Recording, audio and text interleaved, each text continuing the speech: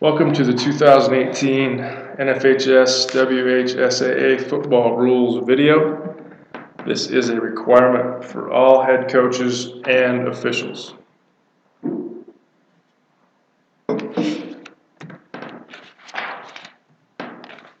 NFHS rules will follow our specific rules for Wyoming High School Activities Association.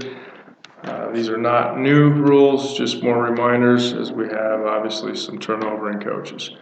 Head coaches must pass the open book exam with 80% prior to your first contest or scrimmage, and that includes anything 0 week that you may be doing. Coaches, make sure you're familiar with WHSAA rules regarding practice and contact limitations that's located in our handbook. Heat-related injuries are 100% preventable. Make sure your athletes are hydrated with plenty of water breaks. Cold towels, cold tubs, spray bottles, and shade are great ways to cool your athletes. Make sure these are easily and readily accessible for every practice and contest. We strongly encourage having only one padded practice on days 4, 5, and 6. Following your first 3 of non-padded to allow more acclimatization to heat for your athletes. Only footballs with NFHS stamp or logo may be used as game balls with no exceptions. Coaches, make sure please send me a one-way exchange, your game film after every home game. Again, we'll use Huddle for our video storage. It's very simple, and then what I'll do is I'll post that in our library, which allows our officials to access the game film. Ejections, you must sit out the next contest and go through the NFHS sportsmanship course.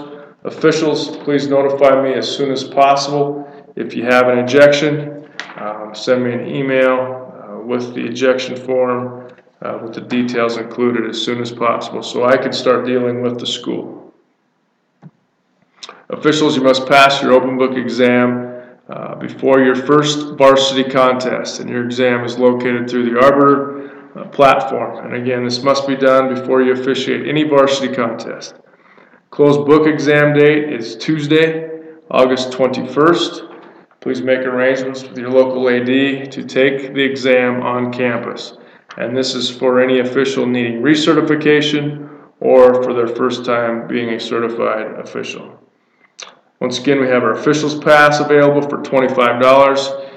You can pay for that pass through the registration process just like you would to register for your sport. And this is good for all WHSAA events throughout the school year.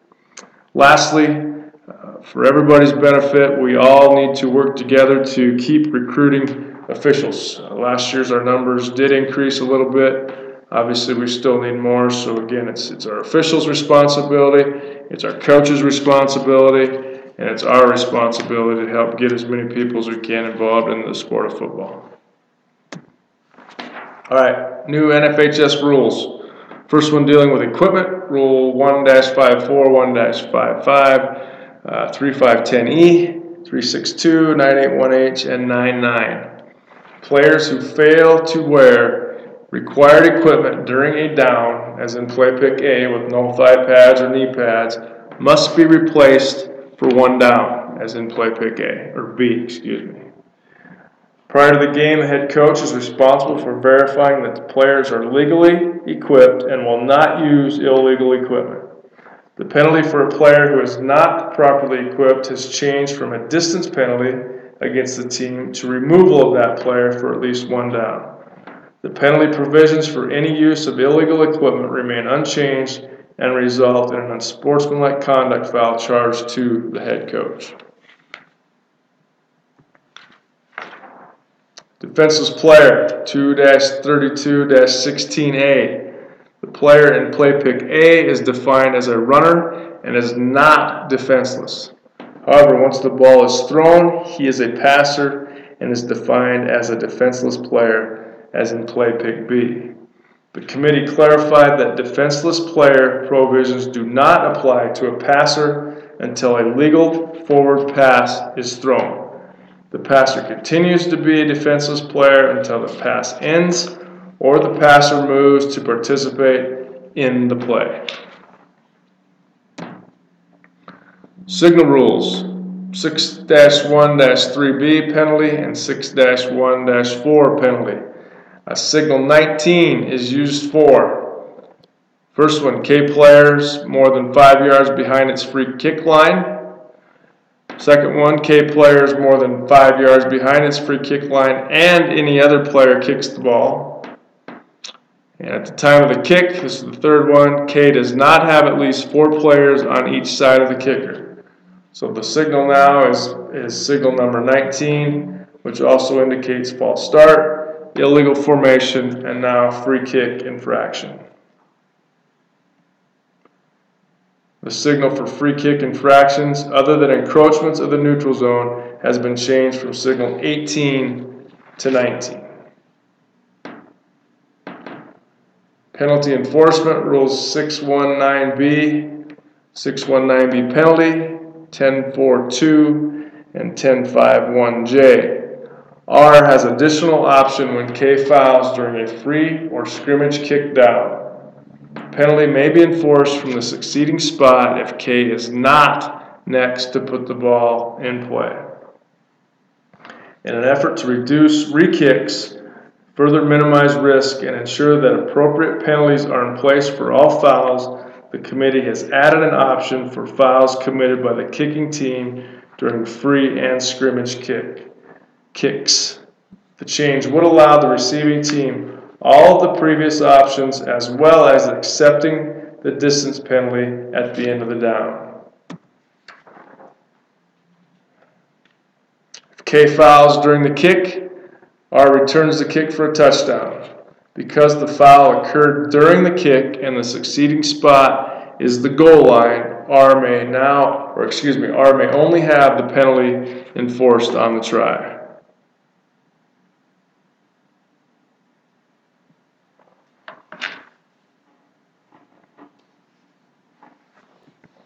In this example, R has the additional option when K fouls during a free or scrimmage kick down.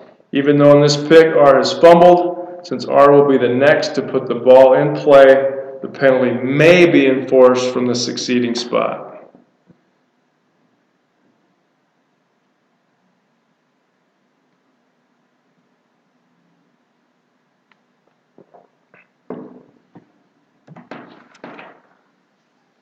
In this slide, R has additional option when K fouls during a free or a scrimmage kick down. The penalty may be enforced from the succeeding spot if K is not next to put the ball in play.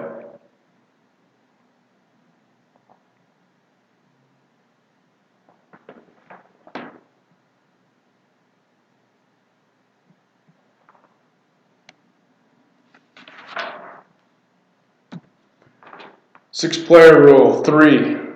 The timing rule between periods and intermission for 6-player football has been standardized to match current rules for 8, 9, and 11 player. Previously, 6-player teams received a 2-minute break between periods, and now it will be a 1-minute break between periods, consistent with how we referee 11-player football. So again, we go from 2 minutes to 1 minute, and can be consistent with all other levels of football.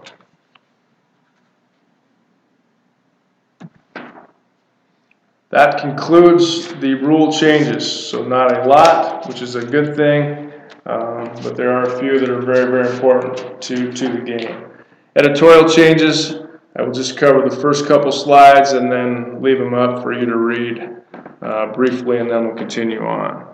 We do have a new official football signal, number 26, for illegal blindside block. Signal number 26 is new and has been added to the NFHS official football signals chart. In order to indicate an illegal blindside block, the fists are bumped together at chest level. And again, new signal 26, illegal blindside block is indicated by the fists bumping together at chest level, as in play pay. These editorial are simply word changes. Some deletions, again, no change to the rules. You can read through those quickly.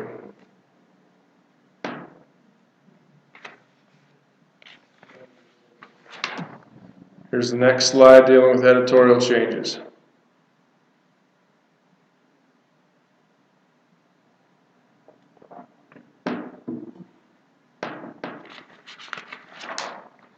Last one.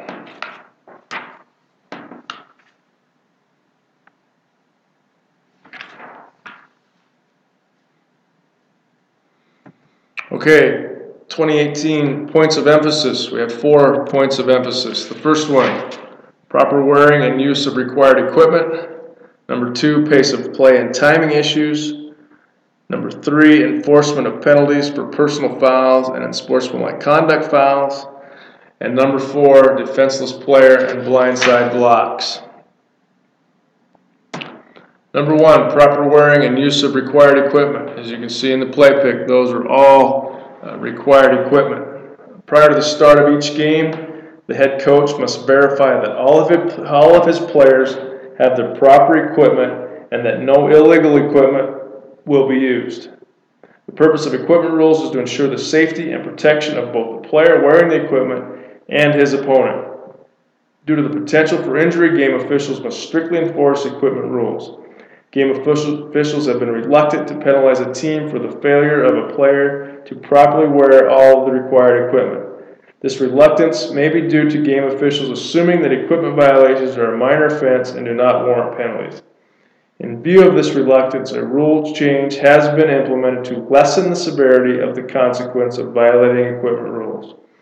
With the lessened severity, it is imperative that game officials follow appropriate procedures when equipment violations occur.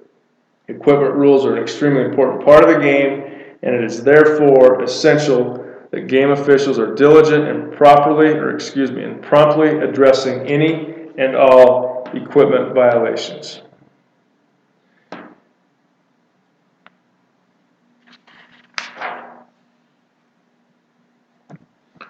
Pace of play and timing issues. Number 2, after the ball is after the ball is dead on the previous play, play pick A, the ready for play signal should be given between 12 and 15 seconds later. Again, in order to maintain a fair balance between offense and defense, a consistent pace of play should be established and maintained by the game officials during the entire contest. Each team should be allowed an equal opportunity to make substitutions and call plays during the time between the dead ball and the next ready for play signal. The pace of play should not change during the contest and should be the same from game to game and from officiating crew to officiating crew. Therefore, the committee recommends the ready for play signal be given between 12 and 15 seconds after the previous dead ball. This pace of play should be consistent no matter if either team wants to hurry up or slow down. Long incomplete passes, plays into the side zones, and first downs may require the game officials to hustle to get the ball and line to gain equipment properly set, while short runs up the middle may require a slight delay before marking the ball ready for play. Consistency is the goal without regard to particular game situations.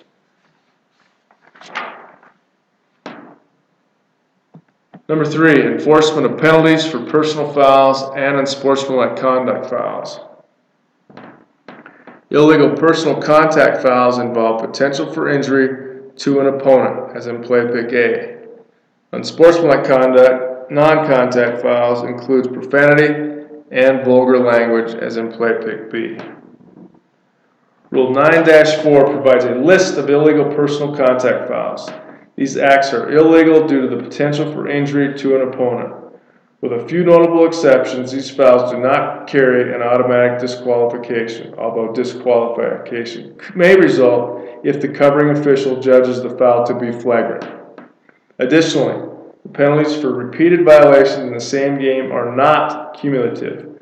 For example, if a player pulls a ball carrier down by the face mask and later in the game commits a taunting foul, the player remains in the game. Unnecessary roughness fouls are personal fouls, not unsportsmanlike conduct fouls, and are not being included in the specific fouls that would lead to disqualification unless the act is flagrant. Unsportsmanlike conduct fouls never involve contact with an opponent. Game officials need to be aware of all circumstances before enforcing the distance penalty for a personal foul, as there are several factors to be evaluated, such as the type of play, whether there was a change of possession, whether a score occurred during the down, or whether a double foul or multiple fouls have occurred. Rules 9-5 and 9-81 define non-contact unsportsmanlike conduct and provide general examples of such fouls, including using profanity, vulgar language or gestures, attempting to influence a game official's decision, a coach allowing his players to use illegal equipment, being on the field except as a substitute or replace player, and several other situations.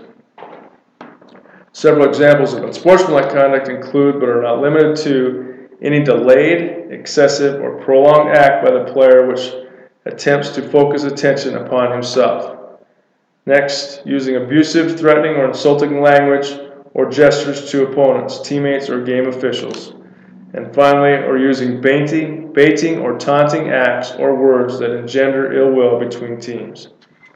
Unsportsmanlike conduct fouls accumulate, and any player or non-player who receives 2 such fouls is automatically disqualified from the contest. However, any single foul judged by the game official to be flagrant is disqualification. Unsportsmanlike conduct penalties are always enforced from the succeeding spot.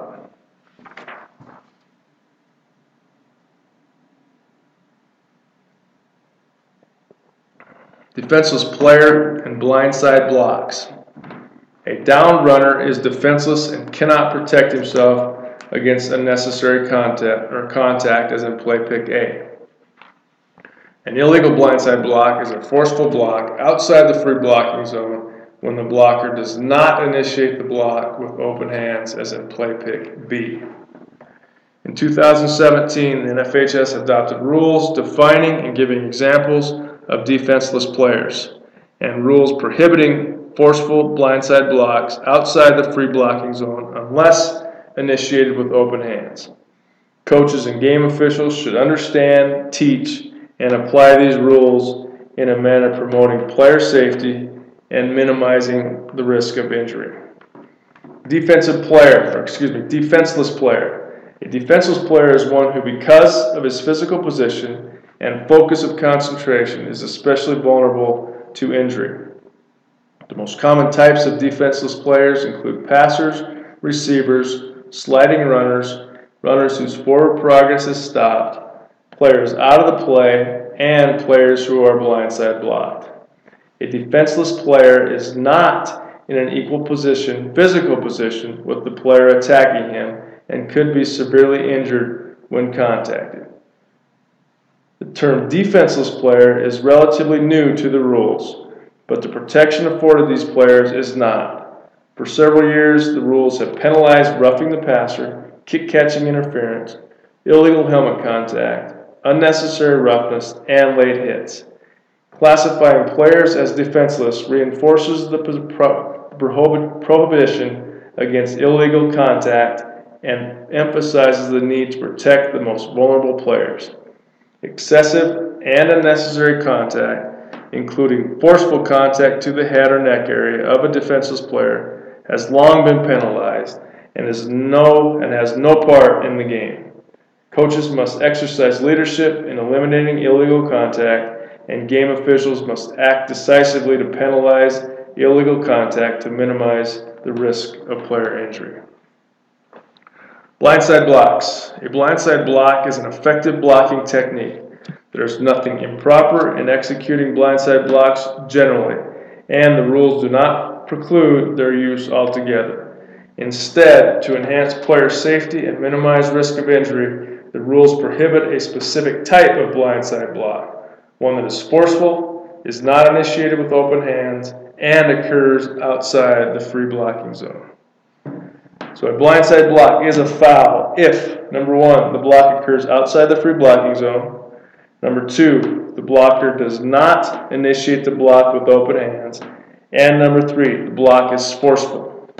If all 3 of these factors are present, the blindside block is illegal. Coaches should teach proper blindside blocking techniques, and game officials should evaluate whether a blindside block is legal based on these three factors and the considerations below, as well as the underlying spirit and intent of the rules, which is to promote safety, eliminate illegal contact, and minimize the risk of injury to players. First one, whether the player being blocked can see the block coming. A blindside block is a block against an opponent other than the runner who does not see the block or the blocker approaching. In other words, it is a block that the opponent does not see coming. Game officials must determine whether a block is a blindside block. Usually this will be obvious. The player being blocked will be looking away from the blocker while being blocked from the side by an opponent. In some situations, however, the player being blocked may turn his head to see the blocker just before contact occurs. Such contact is still considered a blindside block. Though the player may have seen the blocker approach, he did not do so in sufficient time to have a reasonable opportunity to react, adjust, and defend himself. Whether the block was outside of the free blocking zone. If a blindside block occurs in the free blocking zone, it is legal even if the contact is forceful and even if it is not initiated with open hands. Of course, the contact must otherwise be legal. A player cannot clip or target an opponent, for example. Lastly, whether the block was initiated with open hands. Any forceful blindside block outside the free blocking zone must be initiated with open hands. Blocks initiated with the shoulder or body are dangerous because of the amount of force they generate. Blocks initiated with open hands are significantly less dangerous because they do not typically generate the same amount of force. The open hands requirement is intended to reduce the force associated with blindside blocks. The last thing to consider is forceful contact, whether or not the block was forceful. If a player has thrown a non-open-handed blindside block outside the free blocking zone, game officials must finally determine whether the block is forceful. If the block is forceful, it's a foul. If it is not forceful, it is not. Forceful contact is something more than minor contact, but something less than excessive. The contact should be significant enough to notice, but it does not have to be violent or otherwise unnecessary to be forceful. As an aid to judging whether a block is forceful, the covering official should consider whether the blocker was only attempting to take his opponent out of the play or whether the block was intended to take the opponent out of the game. The first one is legal, the former is illegal.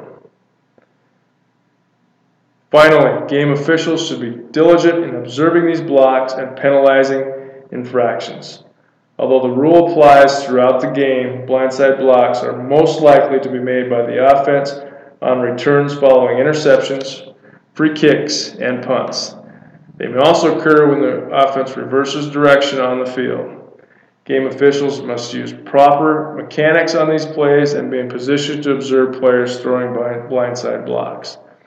The most likely offenders will be those doing something different from others. For example, if most players are moving north, these players will be moving south or east and west. These are the players that are going to peel back or crack, and they are suspect for potentially committing illegal contact fouls.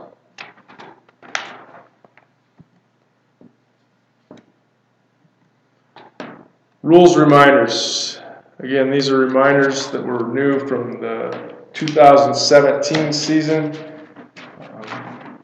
but are enforced for this season. Permissible rule items on balls, Rule 1-3-1H. The ball may contain only the following permissible items: the ball manufacturer's name and or logo, school name, logo, and or mascot, conference name and or logo, state association name and or logo, and NFHS name and or logo. The ball cannot have commercial advertising added to the surface. So play pick on the left are legal, and the ones on the right are illegal. Home team jerseys, Rule 1-5-1B3. The home jersey is to be a dark color that clearly contrasts with white. The home jersey on the left in A is currently legal. The home jersey on the right in B will be illegal when the rule change takes effect in 2021. Home game jersey specifications were further revised to provide schools and manufacturers additional clarification regarding the current trend of utilizing lighter gray shades. The implementation date of 2021 affords schools and manufacturers the opportunity to ensure that newer, dark-colored jerseys will clearly contrast with white jerseys. The requirement for contrasting jerseys to white is not a new rule, and this new clarification will allow changes to be made during normal replacement cycles. There's some pictures, some home team jerseys. The pictures on this slideshow have some examples. Jersey A is legal, white visitor jersey. Jersey B and C are home jerseys that are light gray and that do not clearly contrast with a white visitor jersey. So beginning in 2021, jerseys B and C will be illegal because they're not dark enough for a home jersey. Jersey D on the far right is a legal dark home jersey and will be legal in 2021 as well. So B and C will be illegal in 2021. Blindside blocks, we've talked about this a lot with the new rule and the point of emphasis. Rule 2.3.10, 9.4.3n, and 9.4 penalty.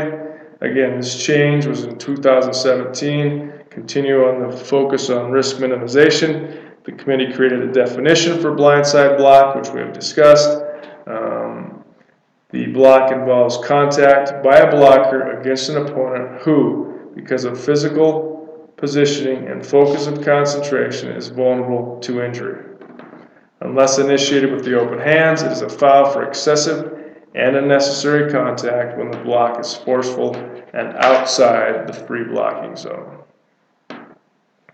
Blindside block, again, is a block outside the free blocking zone against an opponent other than the runner who does not have a reasonable opportunity to see the blocker approaching. In play pick A, blindside block with forceful contact initiated with open hands is legal inside or outside the free blocking zone. Pop-up kick. Pop-up kick is a free kick in which the kicker drives the ball immediately to the ground. The ball strikes the ground once and goes into the air in the manner of the ball kicked directly off the tee. Such kicks will be penalized as a dead ball foul and blown immediately. Continuing with, again, risk minimization, a pop-up kickoff has been defined. It's a kick-up free kick, which the kicker drives the ball immediately to the ground. The ball strikes the ground once and goes into the air in the manner of a ball kicked directly off the tee. And again, such kicks should be penalized as a dead ball infraction. Game clock option. With less than 2 minutes left in the half and the game clock running, a false start, mechanogram A, the offended team may choose to start the game clock on the snap, as in play pick B. Again, rule change last year. The committee added the option for the offended team on an accepted penalty inside the last 2 minutes of either half. The referee continues to have the authority to start or stop the clock if a team attempts to conserve or consume time illegally. Dead ball, down ends, rule 4-2-2L.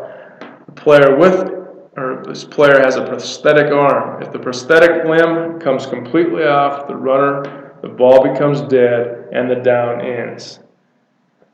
Again, for risk minimization, if the prosthetic limb comes completely off the runner, the ball becomes dead and the down ends. Encroachment. After the ready for play signal and after the snapper is in contact with the ball, it is encroachment if a defensive player contacts the ball or the snapper's arms or hands until the snap is completed. Defensive players are restricted from contacting the ball or the snapper's hand or arms until the snapper has released the ball. Pass interference. Face guarding without contact in and of itself is no longer considered an act of forward pass interference. So face guarding is eliminated from forward pass interference as long as, again, there's no contact.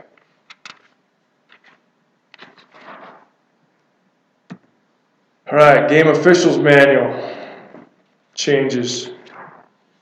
Couple slides here. Again, we talked about a new NFHS official football signal for illegal blindside block, which is signal 26, was added. We talked about that already. Targeting was added to signal 24.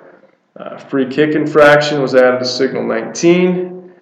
And also added that some white accents are now allowed on the black football shoe that game officials wear as a part of the game official uniform.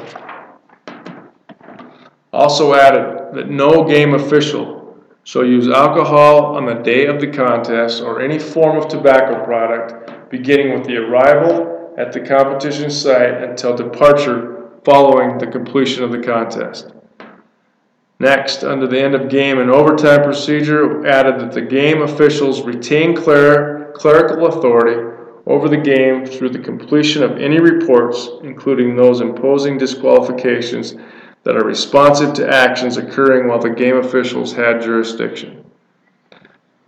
Under running play, referee and 5 game officials, after the ball is spotted, you move to a position that is visible to clock operator approximately 10 to 15 yards from the line of scrimmage and 5 yards wide of the huddle. So the change used to be 10 yards, and now it allows 10 to 15 yards from the line of scrimmage for the referee. Mechanics for pop-up kicks. Game officials on K's free kick line, which is the back judge and a crew of 5, and the head linesman and a crew of 4, is primary for judging a pop-up kick. The game official on R's free kick line for crews of 4 and 5 is secondary.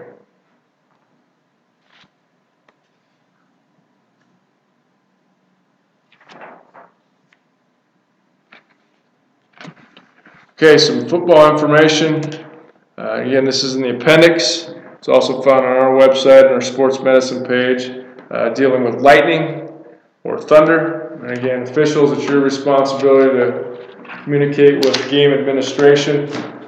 If they tell you we have a lightning delay, you need to stop the game immediately, write down your game details, and then wait for them to let you know when we can get back on the field. You do not have the option to say no to stopping the game or starting the game. Once the game official says to stop play, you need to do so immediately. Proposals, if you do have an idea for rule change, please communicate with me. We have to submit that to the NFHS before November 1st with no exceptions. So if you have something that wants changed or needed to change, you think we need to write it very clearly. And then again, I need to send that to the NFHS before November 1st. Football information, next rules committee will be January 13th through the 15th in Indianapolis in 2019. Rule books as ebooks are available for $6.99. You can download those from iTunes or Amazon, again, as we have in the past. And then the next one is a new NFHS rules app that is available to all officials that register with our office. If you have interest in this, you can either figure it out yourself or contact Lana. She has the information, and she will also send something out in August with some details on how to install the rules app. Officials education. Again, we are a 100% member state, so all of our officials have access to the central hub on the NFHS Officials Association. You should take advantage of this. It has sports information, rules information. There's a rules library, a searchable rules book, and then there's also some video. There's quite a bit of video in football. Some of the other sports we don't have quite as much, but again, take advantage of this. It might be a good teaching tool. It might be something you can do at a association meeting, but again, some good information is available. We also have a sport-specific officiating football course that's available, probably more for a first or second year official, but again, that is available. There is a fee, I believe it's $20 for that course, but again, if you have a new official, you may take advantage of this. The next one is just interscholastic officiating. It's a general officiating course. The difference is this one is free, and again, for a first or second year official, it might be some time well spent just to give you some general information about officiating. NFHS Learning Center has the library, talking about some professional development for coaches, officials, administrators, parents, and students, and then of course performing arts.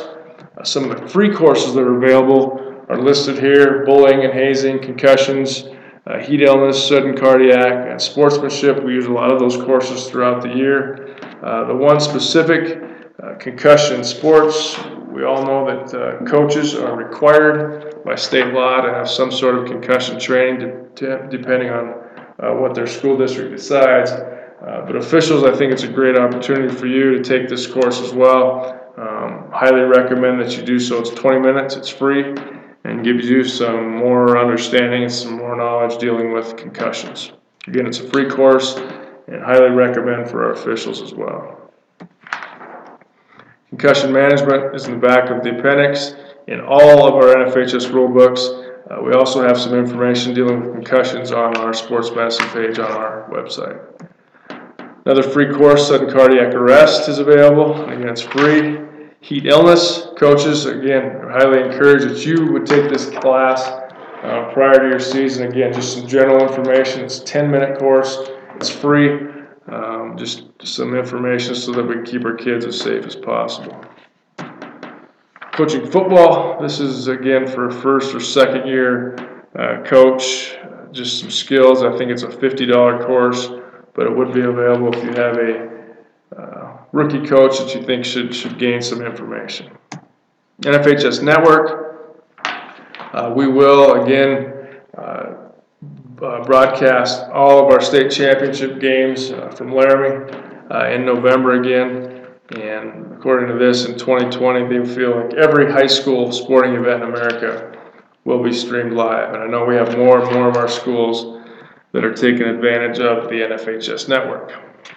All right, that concludes all of the rule changes and updates and those type of things. The last thing that we need from you is to follow instructions. This is for all head coaches and officials.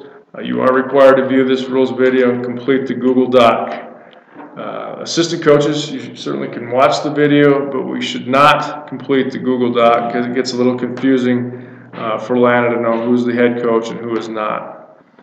So you click on the link in the description of the video. The link is also available at WHSAA.org. And lastly, you enter your name and then choose whether or not you're an official or a head coach. And that time you have completed your requirements to view a rules clinic. So with that, that concludes the rules video for football. I want to thank each and every one of you for all that you do for us, and have a fantastic season. If we can be of any assistance, feel free to call us anytime. Thank you.